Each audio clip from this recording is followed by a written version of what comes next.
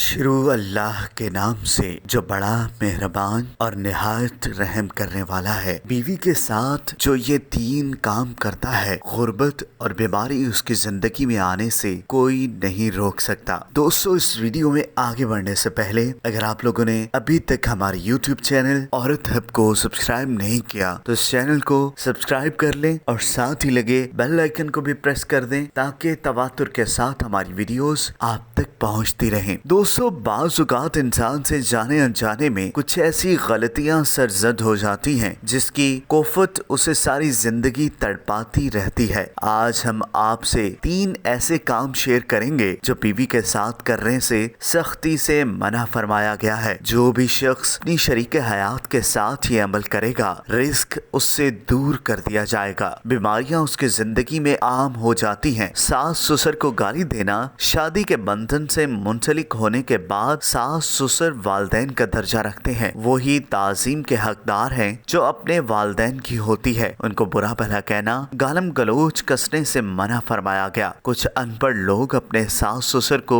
برے ناموں سے پکارتے ہیں تو زوال ایسے گھرانوں کا مقدر بن جاتا ہے۔ بیوی کے ساتھ غیر فطری طریقے سے ہم بستری کرنا، بیوی کے ساتھ پچھلے حصے سے ہم بستری کرنا، شرمگاہ کو منہ لگانا، یہ ایک غیر فطری فعل ہے جسے عورت تکلیف سے دوچار ہوتی ہے۔ ایسے مرد پیسے کا محتاج ہو جاتے ہیں۔ وہ شوہر جو بات بات پر الفاظ بولے جس میں طلاق کا ناپسندیدہ لفظ ہو، گھر میں میاں بیوی کے درمیان وقتی ناراضگی ہو جائے، مگر چھوٹی بات پر طلاق کا لفظ بول کر عورت کو پریشان کرنا بہت بڑی زیادتی ہے۔ لفظ طلاق کو اللہ پاک نے سخت ناپسند فرمایا ہے۔ زندگی ایک دوسرے کو سمجھنے اور برداشت کرنے کا نام ہے۔ غلطیاں جانے انجانے میں ہو جاتی ہیں۔ بہترین حکمت عملی یہی ہے کہ خوش اخلاقی سے حل کیے جائیں، ایک دوسرے کی خوشی کا احترام کرتے ہوئے ایک دوسرے کو وہ مقام دیتے ہیں جس کا وہ حقدار رہے۔ مرد عورت کو اپنی پراپرٹی نہ سمجھے، عورت مرد کو اپنا غلام نہیں، تو ان کی ازدواجی زندگی جنت بن جاتی ہے۔ دوستو، ابھی بھی اصلاح کریں اور دوسروں سے بھی شیئر کریں تاکہ وہ بھی ان کاموں کا مرتکب ہونے سے بچ سکیں اور اپنی اصلاح کر سکیں۔ دوستو، اگر آپ کو یہ ویڈیو پسند آئی ہو تو اس ویڈیو کو لائک کریں، کمنٹ کریں اور ہاں، جاتے جاتے ہمارے یوٹیوب چینل عورت ہب کو سبسکرائب کرنا مت بھولیے گا۔